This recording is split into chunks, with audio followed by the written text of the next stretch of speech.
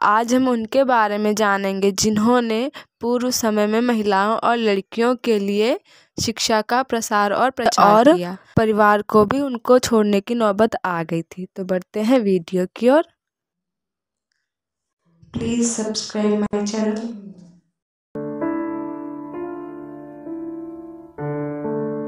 सावित्रीबाई फुले, जिन्होंने महिलाओं में शिक्षा के प्रचार प्रसार के लिए जाना जाता है। वे भारत के पहले बालिका विद्यालय की पहले प्रिंसिपल और पहले किसान स्कूल की संस्थापक थी। सावित्रीबाई ने अपने जीवन को एक मिशन की तरह से जिया, जिसका उद्देश्य था विधवा विवाह करवाना, छुआछूत मिटाना, महिलाओं की मुक्ति और दलित महिलाओं को शिक्षित बनाना। वे एक कवित्री भी थी। उन्हें मराठी की आदि कवित्री के नाम से भी जाना जाता था। अब हम उनके प्रारंभिक जीवन के बारे में जान लेते हैं। सावित्रीबाई फुले का जन्म महाराष्ट्र के सतारा जिले के नायगांव नामक स्थान पर 3 जनवरी सन 1831 में हुआ था। उनके पिता का नाम खंडोजी नेवसे और माता का नाम लक्ष्मीबाई था। उनके परिवार में सभी खेती करते थे। सन 1840 में मात्र 9 वर्ष की आयु में ही उनका विवाह 12 वर्ष के ज्योतिबा फुले से हो गया था। सावित्रीबाई फुले और ज्योतिबा का अपनी कोई संतान नहीं थे। सावित्रीबाई फुले के पति ज्योतिबा फुले स्वयं एक महान विचारक, कार्यकर्ता, समाज सुधारक, लेखक, दार्शनिक, संपादक और क्रांतिकारी थे। सावित्रीबाई पढ़ी लिखी नहीं थी। शादी के बाद ज्योतिबा ने ही उन्हें पढ़ना लिखना सिखाया। बाद में सावित्रीबाई ने ही दलित समाज की ही नहीं बल्कि देश के प्रथम शिक्षिका होने का गौरव प्राप्त किया, सिर्फ और सिर्फ ज्योतिबा फुले की वजह से।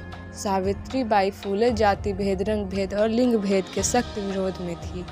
उस समय लड़कियों की दशा अत्यंत दयनीय थी और उन्हें पढ़ने लिखने की कोई इजाज़त नहीं थी और ना ही घर वाले उन्हें देते थे।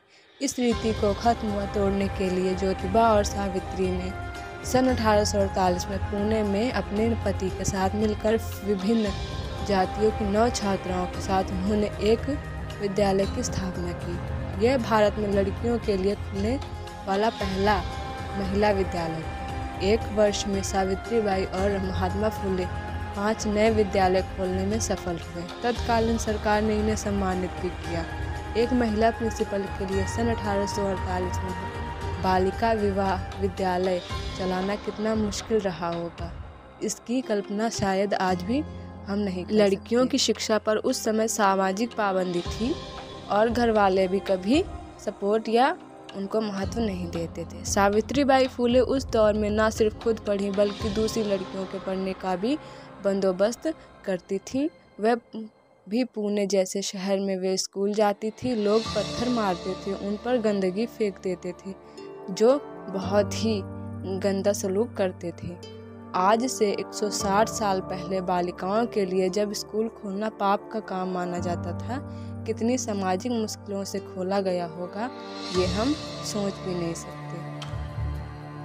अब उनके विधवा विवाह में क्या बलिदान रहे हम उसको जान लेते हैं और क्या संघर्ष रहे। सावित्रीबाई एक शिक्षक, सुधारक और समाज सुधारक दोनों ही तरह का काम करती थी। विधवाओं की स्थिति को सुधारने और सती प्रथा को खत्म करने के लिए, विधवाओं के पुनर्विवाह के लिए भी उन्होंने बहुत प्रयास किए। ये सभी काम वह विशेष रूप से ब्रिटिश कालीन भारत में महिलाओं के विकास के लिए करती थी।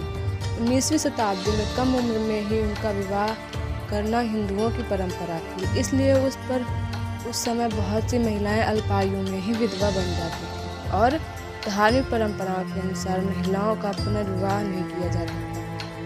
1881 में कोल्हापुर की गजेटी में ऐसा देखा गया कि विधवा होने के बाद उस समय महिलाओं को अपने सर के बाल काटने पड़ते थे और बहुत ही साधारण जीवन जीना पड़ता था। सावित्रीबाई और ज्योतिराव ऐसी महिलाओं को उनका हक दिलवाना चाहते थे। इसे देखते हुए उन्होंने नारियों के खिलाफ आंदोलन करना शुरू किया और विधवा महिलाओं को सर के बाल कटवाने से बचाया। स्त्री शिक्षा के साथ ही विधवाओं की शोचनीय दशा को देखते हुए उन्होंने विधवा पुनर्विवाह की भी शुरुआत की और 1854 में विधवाओं के लिए आश्रम भी बनाया।